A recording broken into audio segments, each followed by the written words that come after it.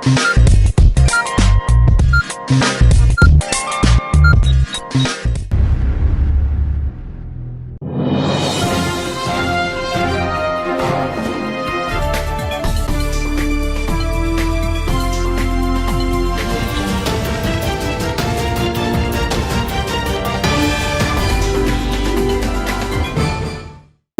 मी Rutuja. ADN बातमीपत्रात आपले स्वागत. दिवसभरात घडलेल्या घटनांचा आढावा आपण घेणारच आहोत. तत्पूर्वी एक नजर टाकूयात आजच्या ठळक घडामोडींवर.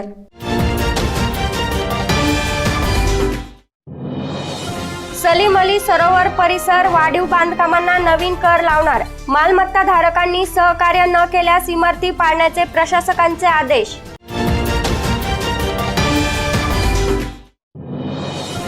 रेल्वे स्टेशन येथील अनधिकृत पेट्रोल पंपाचे अतिक्रमण मनपाने निष्कासित केले.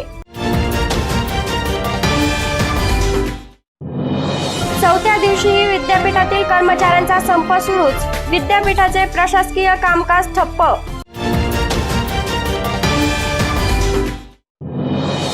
खासदार जलीलांवर पुन्हा एकदा नोटांची उधळण. नोटा उधळण्याची परंपरा कायम. आता पाहूयात सविस्तर बातम्या. मालमत्ता कर आणि पाणीपट्टी वसुलीसाठी मनपाचे प्रशासक अस्तिकुमार पांडेय रस्त्यावर उतरले असून मंगळवारी त्यांनी सलीम अली सरोवर परिसरातील मालमत्तेची तपासणी करीत पथकास सूचना केल्या आहेत. कर वसुलीसाठी महानगरपालिका प्रशासक अस्तिकुमार पांडेय रस्त्यावर उतरले आहेत. दिल्ली गेट आणि सलीम अली सरोवर परिसरातील झोन नंबर 4 मध्ये एकूण 62 मालमत्ता आहेत. त्या मालमत्तांना जुनेच कर लागू असल्याचे तसेच नवीन बांधकामांना कर न लावल्याचे निदर्शनास आले होते. मंगळवारी त्यांनी दिल्ली गेट आणि सलीम अली सरोवर परिसरातील मालमत्तेची पाहणी केली. यावेळी त्यांनी स्वतः तपासणी केलेल्या बऱ्याच मालमत्तांना जुनेच कर लागू असल्याचे निदर्शनास आले.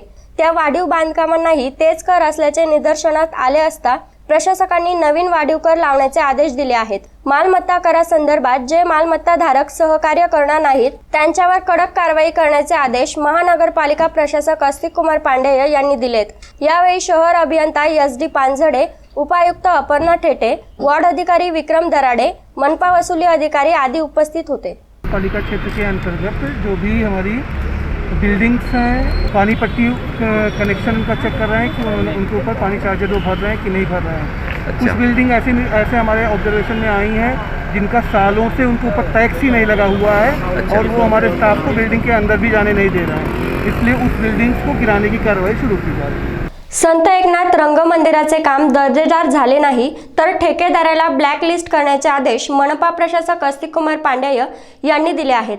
हे काम 31 डिसेंबर पर्यंत पूर्ण करण्याचे देखील त्यांनी सांगितलंय. सध्या संत एकनाथ रंगमंदिराचे काम अंतिम टप्प्यात आले असून 31 डिसेंबर पर्यंत काम पूर्ण करा असे आदेश महानगरपालिका आयुक्त तथा प्रशासक अस्तिकुमार पांडेय यांनी सोमवारी दिलेत. दरम्यान संत एकनाथ रंगमंदिराचे काम दर्जेदार झाले नाही तर संबंधित ठेकेदाराला ब्लॅकलिस्ट करण्यात येईल अशी त्यांनी तंबी दिली आहे. उस्मानपुरा येथील संत एकनाथ रंगमंदिराच्या अंतिम टप्प्यात आलेल्या कामाची पाहणी सोमवारी महानगरपालिका प्रशासक अस्तिकुमार पांडेय यांनी केली.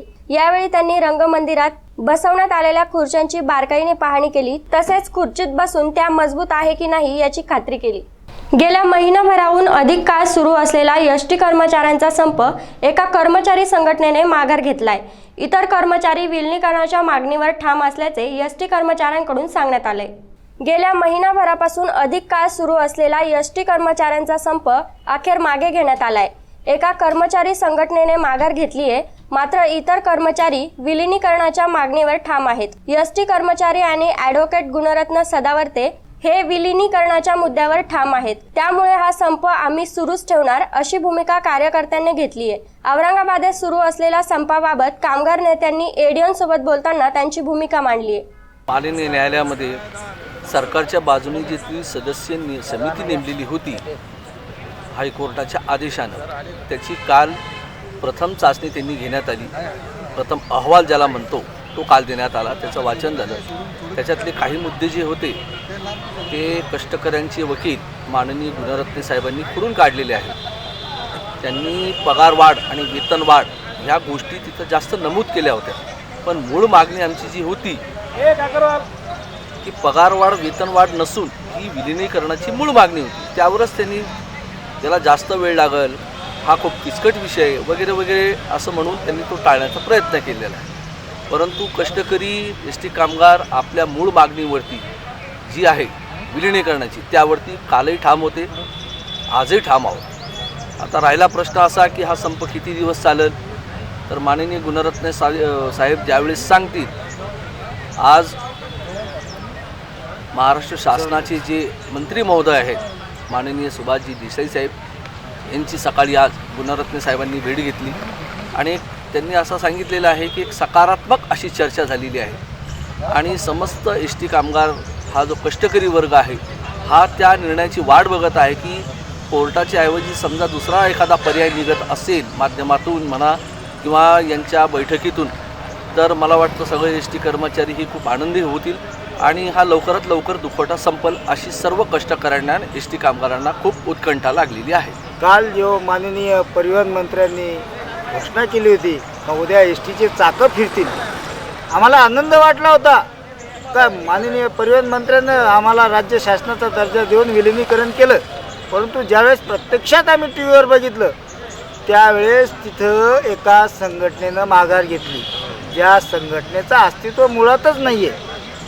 आम्ही आमच्या दुखवट्यामध्ये आहोत, आम्ही संपात नाही, आम्ही दुखवट्यात आहे. त्यामुळं त्या संघटनेनं संप पुकारला होता आणि आमचा दुखवटा चालू आहे. दुखवटा आणि संपाचा काहीही संबंध नाही. जोपर्यंत आमचे ॲडव्होकेट साहेब सांगत नाही का आज आपला दुखवटा संपवायचा आहे, त्या दिवशी आम्ही आमचा दुखवटा संपवून आम्ही आमच्या सेवेमध्ये हजर होऊ. मनपाच्या अतिक्रमण विभागातर्फे रेल्वे स्टेशन येथील रुमी दिनशा पिंटर पेट्रोल पंपचे अतिक्रमण मंगळवारी निष्कासित करण्यात आले. सदर पेट्रोल पंप मालकाने मनपाची परवानगी न घेता पेट्रोल पंप चालवित असल्याने ही कारवाई करण्यात आली आहे. औरंगाबाद महानगरपालिकेच्या अतिक्रमण विभागातर्फे मोहल्ला रेल्वे स्टेशन येथील रुमी दिनशा प्रिंटर पेट्रोल पंपाचे अतिक्रमण मंगळवारी निष्कासित करण्यात आले. सदर पेट्रोल पंप मालकाने अग्निशमन विभागाचे नाहरकत प्रमाणपत्र न घेता तसेच मनपाची कुठल्याही प्रकारची परवानगी न घेता अनधिकृतपणे पेट्रोल पंप चालविला होता. तसेच सदर पेट्रोल पंप रस्ता रुंदीकरणात प्रचंड प्रमाणात वाहतुकी अडथळा निर्माण होत होता. पेट्रोल पंप मालकास मनपातर्फे यापूर्वी देण्यात आलेल्या नोटीसच्या आधारे उच्च न्यायालयात रिट याचिका दाखल केली होती, परंतु न्यायालयाने 3 सप्टेंबर रोजी अंतरिम आदेश देण्यात आला असून त्या अनुषंगाने 24 तास मुदतीची नोटीस देऊन अतिक्रमण हटवायची कार्यवाही करण्यात आली. पेट्रोल पंप जे आहे तर रोडमध्ये बाधित होता आणि ते वरिष्ठांच्या आदेशानुसार आज निष्कासित करण्यात आलेलं आहे. त्यामध्ये माननीय आयुक्त साहेबांचे आदेश आणि त्याच्यानंतर माननीय ॲडिशनल कमिशनर निकम साहेब यांच्या आदेशानुसार ही कारवाई करण्यात आली आणि निकम साहेब स्वतः साईटवर हजर होते. पूर्ण कारवाई संपेपर्यंत स्वतः हजर होते जातील. यापूर्वीच नोटीस दिलेली आहे, नोटीसची अंमलबजावणी त्यांनी केली नाही म्हणून आम्हाला स्वतः हे काढावं लागले. पेट्रोल त्यामध्ये असणार आहे, परंतु त्यांना आम्ही अगोदर सूचना दिली होती की इथं वाणिज्य व्यवसाय करू नये म्हणून, परंतु त्यांनी तसाच व्यवसाय चालू ठेवला होता. तूर्त आदेश हा होता, तेवढी कारवाई झालेली आहे. याच्या पुढे जे कंटिन्यू जे आदेश येतील तशी अंमलबजावणी होऊन जाईल वरिष्ठांच्या आदेशानुसार. त्यासाठी आम्ही इथं थांबलेलं आहे. तिथं वरिष्ठ अधिकारी जे फाउंडेशन आम्ही तोडलेले ते पूर्ण बांधकाम करून व्यवस्थित करून जाणार आहे. मौजे हर्सुल येथील मनपाच्या जागेवर सुमारे 20 बाय 80 फूट आकारच्या भूखंडावर लोखंडी गर्डर टाकून अतिक्रमण निष्कासित करण्यात आले. ही कार्यवाही प्रशासक अस्तिकुमार पांडेय, अतिरिक्त आयुक्त रवींद्र निकम, उपआयुक्त अपर्णा ठेटे यांच्या समवेत पदनिर्देशित अधिकारी सविता सोनवणे, RS राचतवार, इमारत निरीक्षक मझहर अली, सय्यद जमशीद, PB गवळी, RM सुरासे, सागर श्रेष्ठ, रवींद्र देसाई, पोलीस निरीक्षक, पोलीस कर्मचारी आणि तसेच यांत्रिकी विभागाचे कर्मचारी, JCP सह लाईनमन, अतिक्रमण हटाव पथक यांच्यासह कार्यवाही पार पडली. अजूनही काही बातम्यांचा आढावा आपल्याला घ्यायचाच आहे, मात्र वेळ झाली आहे छोट्याशा ब्रेकची. कुठेही जाऊ नका, पाहत रहा ADN.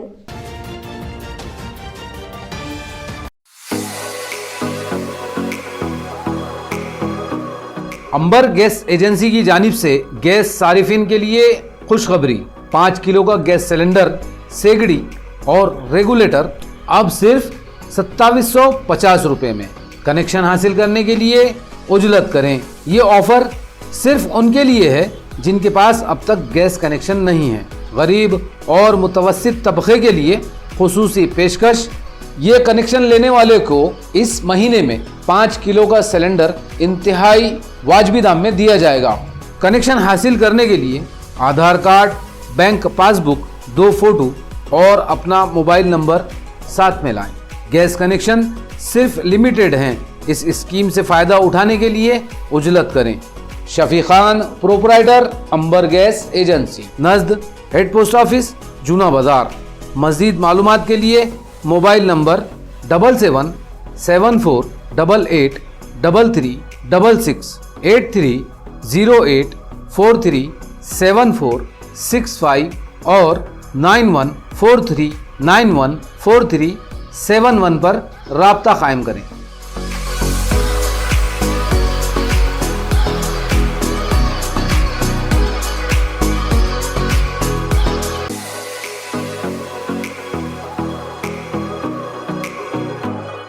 औरंगाबाद शहर में 50 सालों से ग्राहकों की सेवा में वाजबी दाम, तत्पर सेवा, MRP डिस्काउंट, विश्वास का खजाना। Sartaj Kirana Shop, Sartaj Trading Company, Chilipura, Aurangabad. एक बार जरूर पधारें या सामान की लिस्ट भेजें, फ्री होम डिलीवरी लें। Book your order at mobile number 9823093264। हमारी विशेषताएं: स्पेशल राइस, स्पेशल मसाले, पेंड खजूर, ड्राई फ्रूट्स, ग्रोसरी और सभी ज़रूरी चीज़ें पाइए यहाँ एक ही छत के नीचे। सरताज Kirana Shop, Sartaj Trading company, आपकी सेवा में हरदम हर वक्त।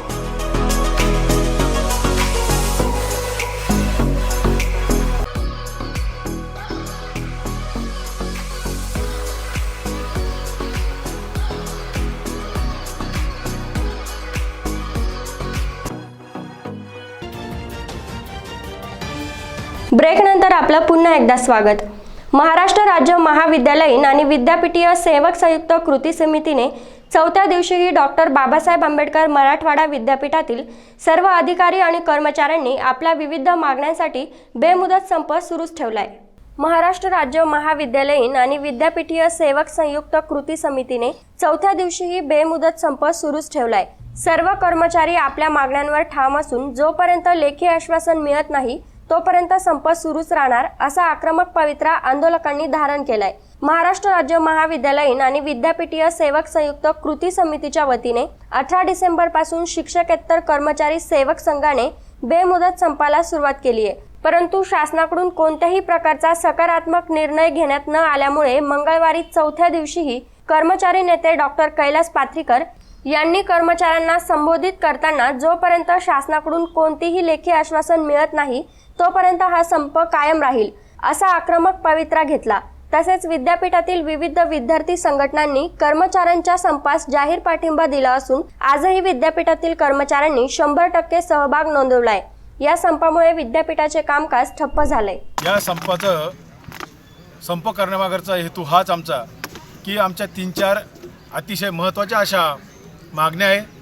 त्या मागण्याच्या बाबतीमध्ये आम्ही वारंवार शासनाशी पत्रव्यवहार केला, वारंवार चर्चा केली, वारंवार बैठका झाल्या, परंतु शासनानं आम्हाला आतापर्यंत या मागण्याच्या संदर्भात ठोस असा निर्णय दिलेला नाही आणि आमची एकही मागणी शासनानं सोडलेली नाही। मागच्या वर्षी ऑक्टोबरमध्ये अशाच प्रकारचं आम्ही आंदोलन 7 दिवस चालवलं। त्या दरम्यानच्या काळामध्ये माननीय शिक्षण मंत्री यांनी आम्हाला शब्द दिला की तुम्हाला आम्ही 7वा वेतन आयोग लागू करतो। त्या दरम्यानच्या काळामध्ये शासनाने 7वा वेतन आयोग आम्हाला लागूही केला, परंतु लागू करत असताना त्यामध्ये 2-4 अटी घातल्या। अटी अशा की महाराष्ट्रामधील सर्व विभागातील सर्व कर्मचाऱ्यांना, अधिकाऱ्यांना 7वा वेतन आयोग लागू करताना 1/1/2016 पासून 7वा वेतन आयोग लागू केला, परंतु विद्यापीठाला 1 नोव्हेंबर 2020 पासून लागू केला। लागू करत असताना मात्र आम्हाला ही जी 58 महिन्याची सर्वात मोठी जी थकबाकी आहे ती त्या ठिकाणी नाकारण्यात आलेली आहे। त्यासोबत आश्वासित प्रगती योजना नावाची एक योजना आहे, जो कर्मचारी 12 वर्ष काम करतो, 24 वर्ष काम करतो, 12 वर्षानंतर त्याला एक टाइम बाउंड प्रमोशन मिळत असतं, तेही अचानकपणे शासनानं काढून घेतलं आणि शासनानंच 1994ला ती योजना लागू केली होती। परंतु शासनाच्या आलेमनात तिथं कोणाचे काही चालेना, या उक्तीप्रमाणे शासनानं आम्हाला 7/12/2018 रोजी ही योजनाही रद्द केली। त्यासोबत महाराष्ट्रातील तमाम सर्व विभागातील कर्मचाऱ्यांना 5 दिवसाचा आठवडा केला, परंतु आमच्या कर्मचाऱ्यांना मात्र आजही 6 दिवसाचा आठवडा आहे। आणि या सगळ्या गोष्टीच्या बाबतीमध्ये निषेध म्हणून या ठिकाणी शासनानं आमच्यावर लादलेलं हे आंदोलन आहे।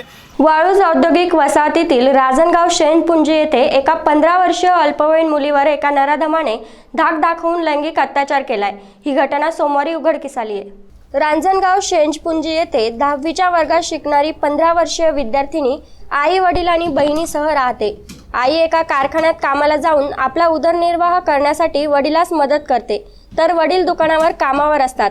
लॉकडाऊनच्या काळात शाळा बंद असल्याने ऑनलाईन वर्ग होते, त्यासाठी पीडित मुलगी आईचा मोबाईल वापरत होती। त्यावेळी तिला फोनवर सतत कॉल येत असल्याने तिच्या वडिलांनी आरोपी आकाश सत्तावण याला घरी बोलवून समज दिली होती। त्यावेळी पीडित मुलीने त्याला बघितले होते। रविवारी दुपारी 2 वाजेच्या सुमारास पीडित मुलीची आई कंपनीत गेली असता मुलीचे वडील जेवण करून दुकानावर गेले होते। दरम्यान तिची बहीण काही कामानिमित्त गच्चीवर गेली असता जोगेश्वरी येथील आकाश सत्तावण या नराधमाने तिच्या घरात घुसून तिचे तोंड दाबून घराच्या खाली बांधकाम सुरू असलेल्या खोलीत नेले। तेथे त्याने तिच्यावर बळजबरी करून लैंगिक अत्याचार केला। दरम्यान पीडित मुलीने शेजारीच पडलेली रेती त्याच्या तोंडावर मारल्याने तो बाजूला झाला। ही संधी पाहून तिने त्याच्या तावडीतून सुटका करून घर गाठले। हा प्रकार तिने तिच्या बहिणीला सांगून अत्याचार करणारा आरोपी दाखवला। रात्री हा प्रकार दोघींनी आई वडिलांना सांगितला, मात्र पीडित मुलगी घाबरली असल्याने आई वडिलांनी तिला धीर दिला।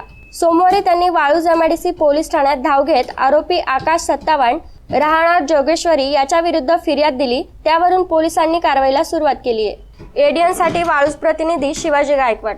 औरंगाबादचे खासदार तथा MIMचे प्रदेशाध्यक्ष इम्तियाज जलील यांच्यावर पुन्हा एकदा नोटांची उधळण झाल्याने ते पुन्हा एकदा चर्चेत आले। यावेळी एका खासगी कार्यक्रमात त्यांच्यावर नोटा उधळल्याचा व्हिडिओ व्हायरल झालाय। औरंगाबादचे खासदार तथा MIMचे प्रदेशाध्यक्ष इम्तियाज जलील यांच्यावर शनिवारी एका लग्न समारंभात नोटांचा वर्षाव करण्यात आला।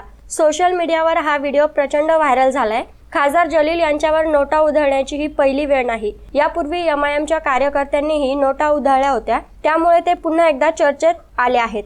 MIMचे औरंगाबाद जिल्हाध्यक्ष अब्दुल समीर साजेद यांच्या भाचीचे लग्न रविवारी मोठ्या थाटामाटात झाले। लग्नाच्या पूर्वसंध्येला आयोजित विविध कार्यक्रमाला खासदार इम्तियाज जलील विशेष निमंत्रित होते। सह्याद्री लॉनवरील हा कार्यक्रम रात्री उशिरापर्यंत रंगला। त्यामध्ये खासदारांच्या आवडीचे सुफी संगीत आणि कव्वाली देखील लावण्यात आली होती। गायनाच्या मैफिलीत पैशांचा वर्षाव सुरू होता। या कार्यक्रमात कोरोना नियमांकडे पाठ फिरवीत एकानेही मास्क घातलेला नव्हता।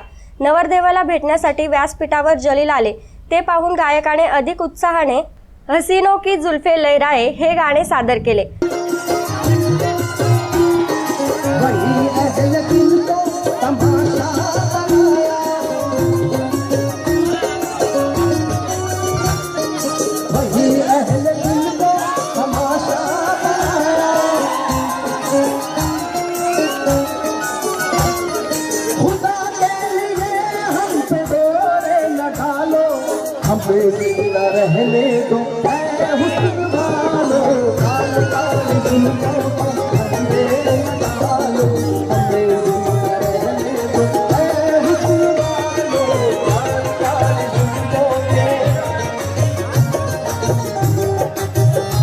व्यासपीठावर उपस्थित बुलढाण्याच्या नगराध्यक्षा झेबुनिसा बेगम यांचे पती सज्जाद भाई यांनी नोटांचा वर्षाव सुरू केला।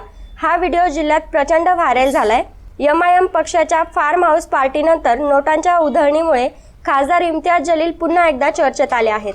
छत्रपती शिवाजी महाराज यांच्या पुतळ्याचे काम 5 जानेवारीपर्यंत पूर्ण करा असे आदेश मनपा प्रशासक यांनी पाहणी दरम्यान दिले आहेत।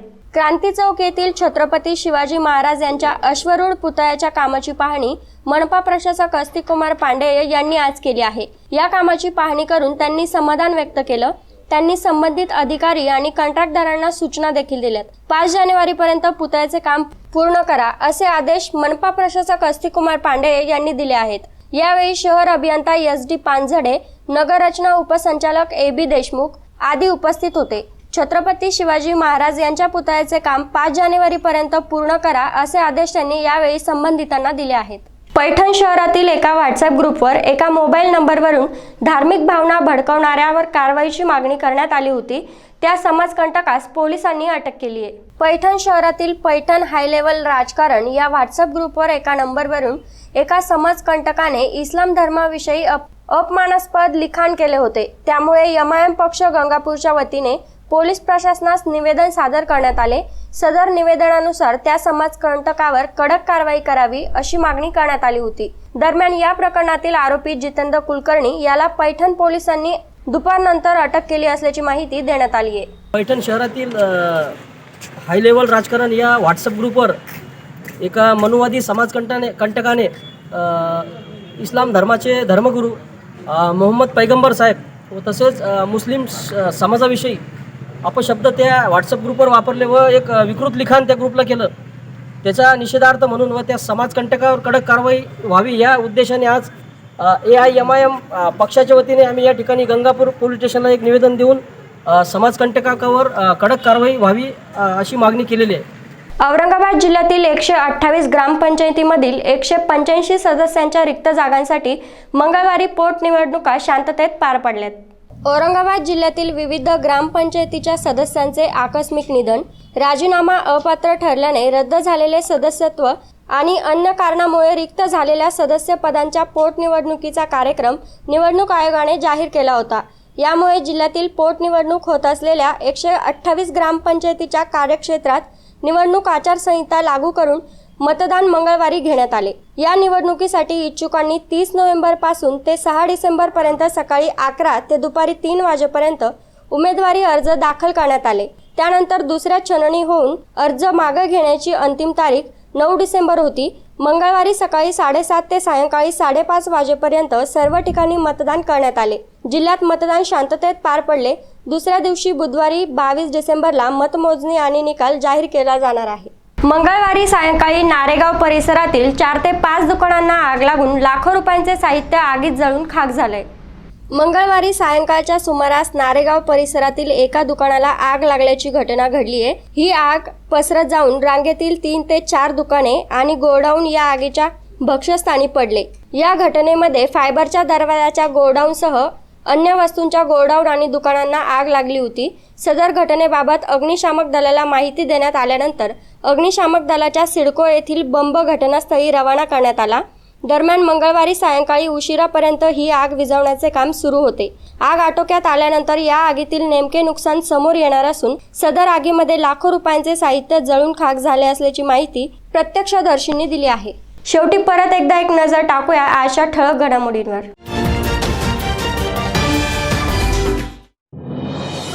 सलीम अली सरोवर परिसर वाढीव बांधकामांना नवीन कर लावणार, मालमत्ता धारकांनी सहकार्य न केल्यास इमारती पाडण्याचे प्रशासकांचे आदेश.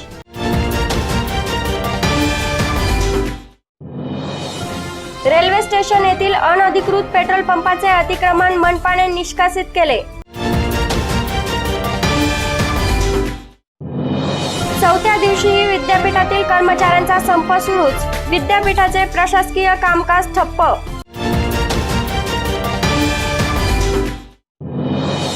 खासदार जलीलांवर पुन्हा एकदा नोटांची उधळण, नोटा उधळण्याची परंपरा कायम. याचबरोबर हे बातमीपत्र येथे संपलं. पुन्हा भेटूया पुढील बातमीपत्रात. तोपर्यंत पाहत रहा औरंगाबादकरांचे हक्काचे बातमीपत्र ADN.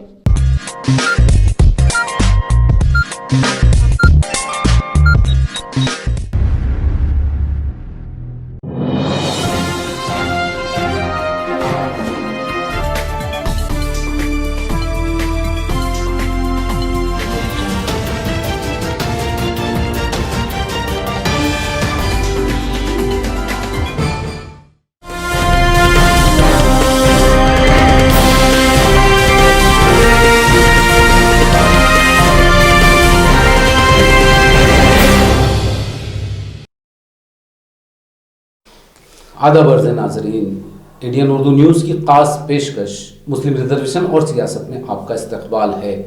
आज मेरे साथ इस मौजू पर बात करने के लिए शहर की मशहूर शख्सियत राष्ट्रवादी कांग्रेस पार्टी के रियासती सेक्रेटरी और हाल ही में इन्हें मुस्लिम पर्सनल बोर्ड का स्पेशल इन्वाइटीज़ भी मुकर्रर किया गया है। इसके साथ ही खालिद सैफुद्दीन अक़लियती तालीमी इदारों की विफाकी तंजीम फेम के जनरल सेक्रेटरी भी हैं। कई अदबी तंजीमों और इदारों की सरपरस्ती भी करते हैं। आइए हम मुस्लिम रिजर्वेशन के ताल्लुक से इनसे बात करते हैं। आपका इंडियन उर्दू न्यूज़ में इस्तकबाल है।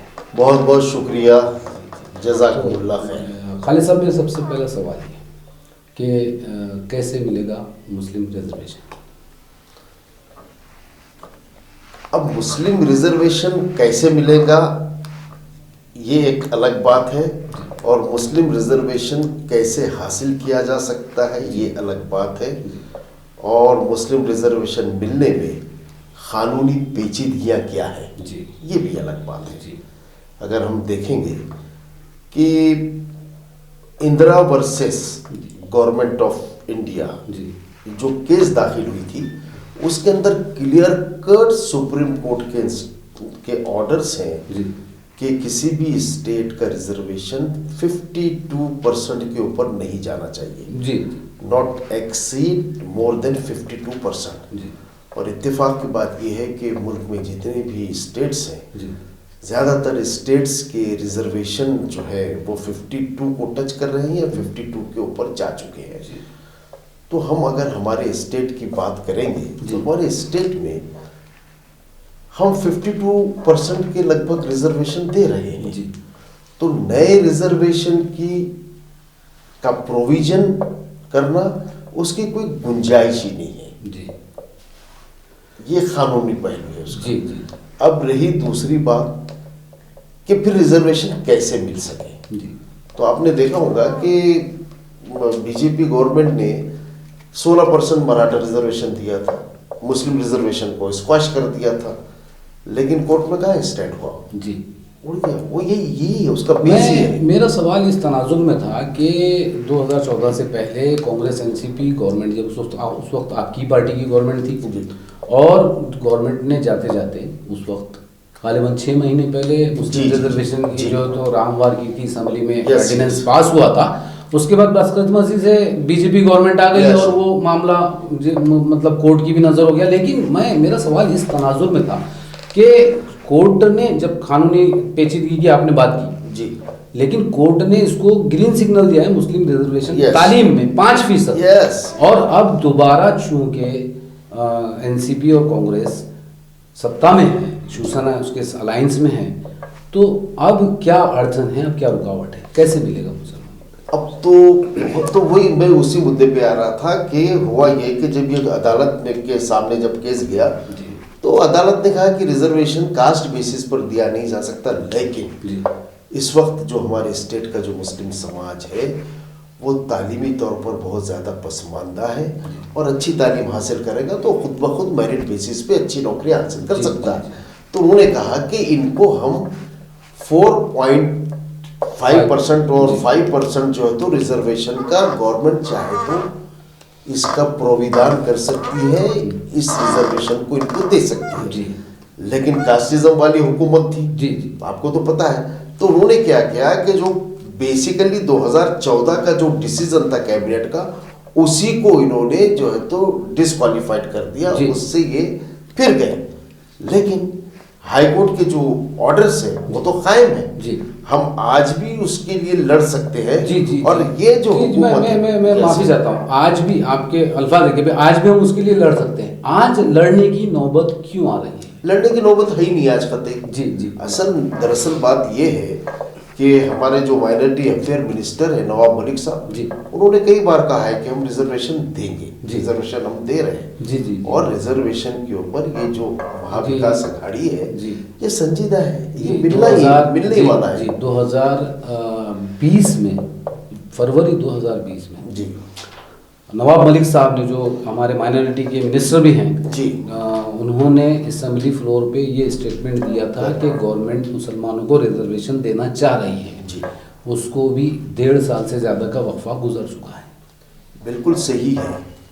अब ये जो आपका सवाल है कि 1.5 साल का वक्फा वो भी गुजर गया जी, और उससे अहम बात यह है कि कांग्रेस और राष्ट्रवादी कांग्रेस के मैनिफेस्टो में जो था जी, जो इलेक्शन हुआ उसमें भी था 2014 में भी इन्होंने रिजर्वेशन दिया था जी। अब हुकूमत साजी करके 2 साल होते आए, अब तक क्यों नहीं किया? जी जी।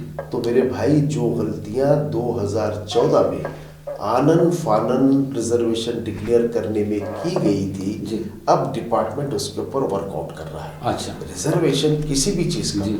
अगर उसके स्टेप्स है, देयर आर 7 स्टेप्स, 7 स्टेप्स है। जी जी। सबसे पहले तो ये है कि आपका जो पसमानदा तबकात का कमीशन है, जी उसके अंदर उनकी रिपोर्ट चाहिए। जी जी। फिर उसके बाद और एक जो चीज है, जो सबसे अहम जी, ये चीज तो है, खैर टेक्निकल तो ये इसकी बातें हैं। टेक्निकल चीजों जी, पे काम चल रहा जो है, मरहले हैं। तो ये जो टेक्निकल मरहले हाँ। है, क्या है वो, एंथ्रोपोलॉजिकल सर्वे ऑफ इंडिया, अच्छा। तो यानी कि इंसान शनासी कमीशन जो है, अच्छा। कि कौन सा इंसान किस हालत में है, कौन जी, सी जी, जी। तबका किस हालत में, ये सब जो सर्वे होके जी। इंशाअल्लाह ताला मुझे ऐसा लगता है कि मार्च या अप्रैल या जून से पहले ये डिक्लेयर होने ही होना है। जी, जी। लेकिन मेरा सवाल आपसे एक ही है जी जी।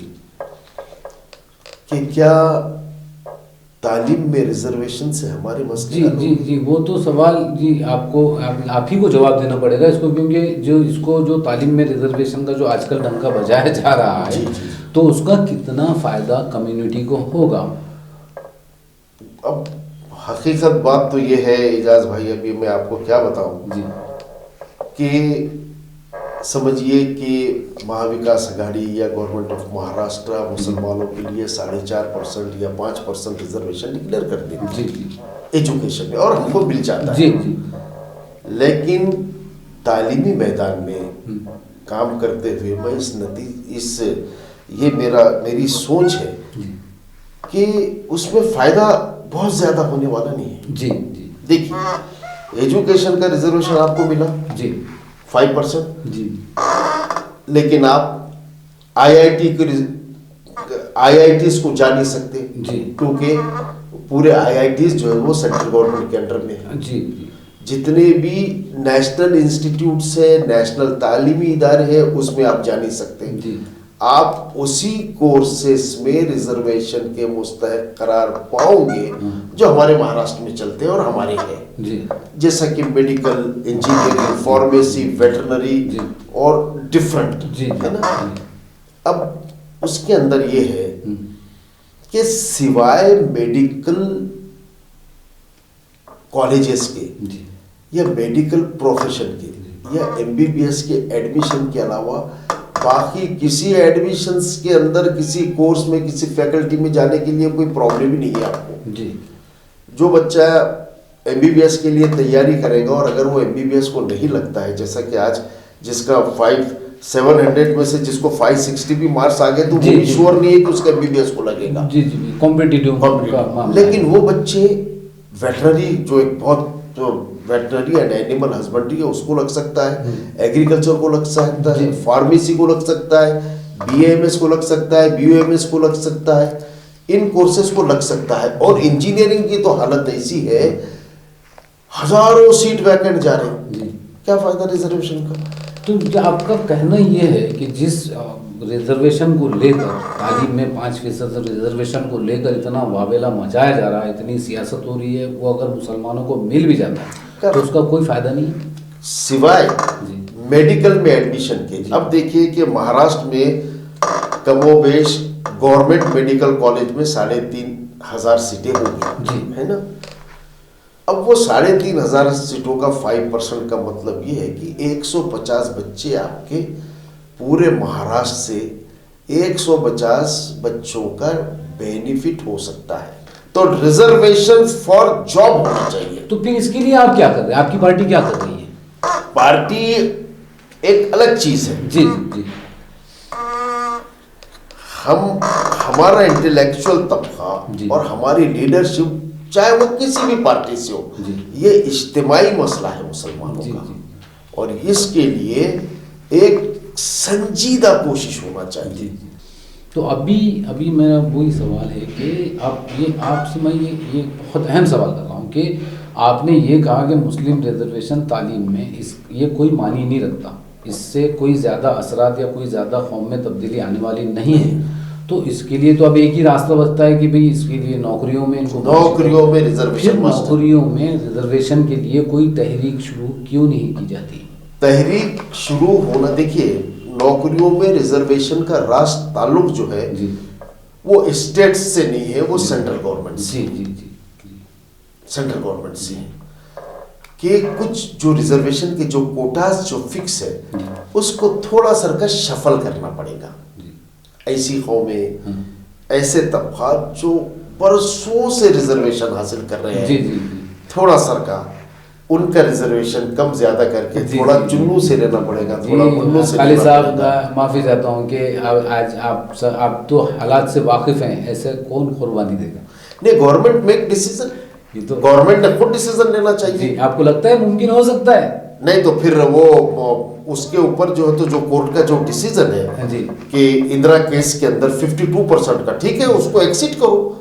कोर्ट ने उस पिटीशन को रिव्यू करना चाहिए और बोलना चाहिए कि भाई 60% के ऊपर नहीं जाना चाहिए, तब भी तो मिल सकता है ना। तो आपने अभी ये कहा कि मुस्लिम रिजर्वेशन या 5% तालीम में जो रिजर्वेशन है ये इतना ज़्यादा फ़ायदेमंद नहीं होगा साहब। नहीं है, सूदमंद नहीं है हमारी मुस्लिम कौम के लिए। तो मैं ये कहना चाह रहा हूँ, एक आपसे सवाल है कि फिर इस पर इतनी सियासत आजकल क्यों हो रही है? नहीं, सियासत नहीं हो रही है।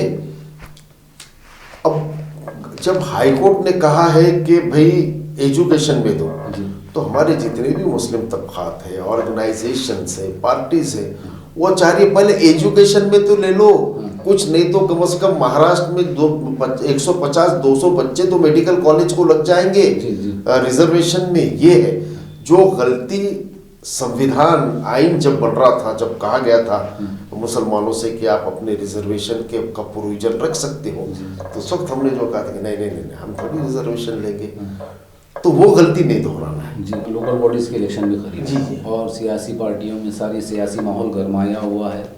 हर पार्टी तो जोर लगाएगी, लगाएंगे, सब अपना अपना जाहिर काम सी बात करेंगे, है। करना भी चाहिए। तो ये इंतखाबी मौजू भी बनेगा और इसको इंतखाबी मौजू बनाने की तैयारी भी हो चुकी है। हालिया अरसे में जो एक्टिविटीज़ मुस्लिम रिजर्वेशन को लेकर हुई है, मैं आपसे ये सवाल करना चाह रहा हूँ कि ये जो इल्ज़ामात आप पर लग रहे हैं कि भाई आप ताख़ीर कर रहे हैं, मुसलमानों को रिजर्वेशन नहीं दे रहे हैं, और इसमें शायद सबसे बड़ी रुकावट शिवसेना बनी हुई है, आपको ऐसे लगता है?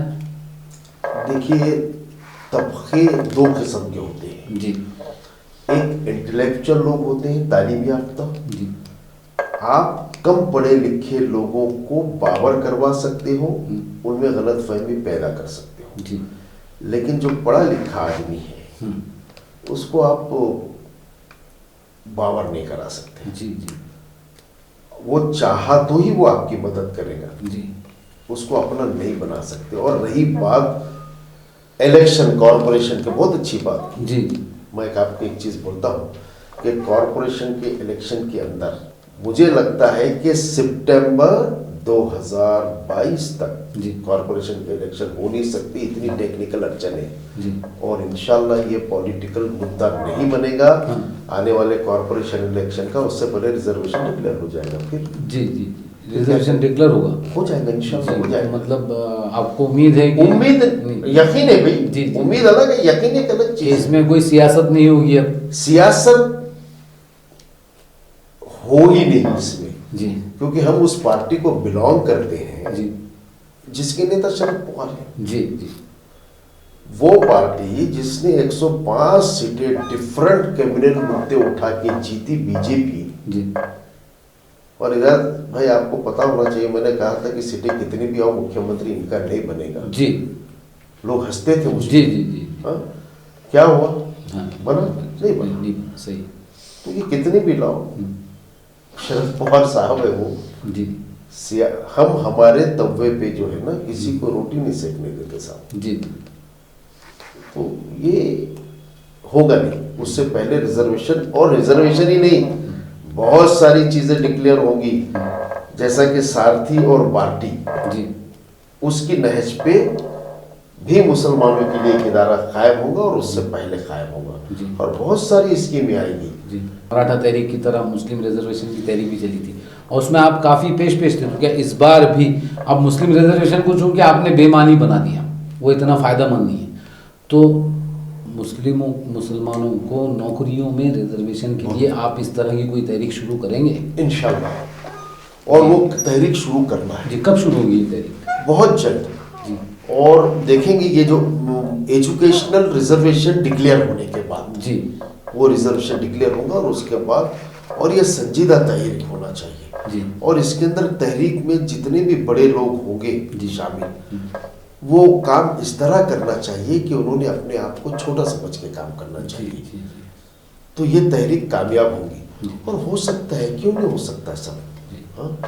और अगर पूरे हिंदुस्तान में यकसा जो है, अगर रिजर्वेशन जो भी परसेंटेज है 5%, 6%, तो एक बहुत बड़ा फायदा हो सकता है।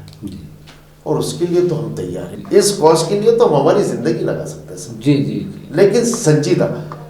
प्रॉब्लम क्या होता है कि इंसान काम तो खुलूस से शुरू करता है, लेकिन बाद में उस काम को, उस मोमेंट को जब कैश करने की कोशिश करते हैं, तो फिर हमारे वैसे लोग थोड़ा बाजू हट जाते हैं। अच्छा, इसमें सियासत नहीं होनी चाहिए? नहीं जी, संजीदा हो। संजीदा एक कोशिश होनी चाहिए जी, बहुत संजीदा होनी चाहिए। इसके लिए कोशिशें क्या होनी चाहिए, पूरा होमवर्क तैयार है जी। आप आइए, वो होमवर्क देखिए। जी।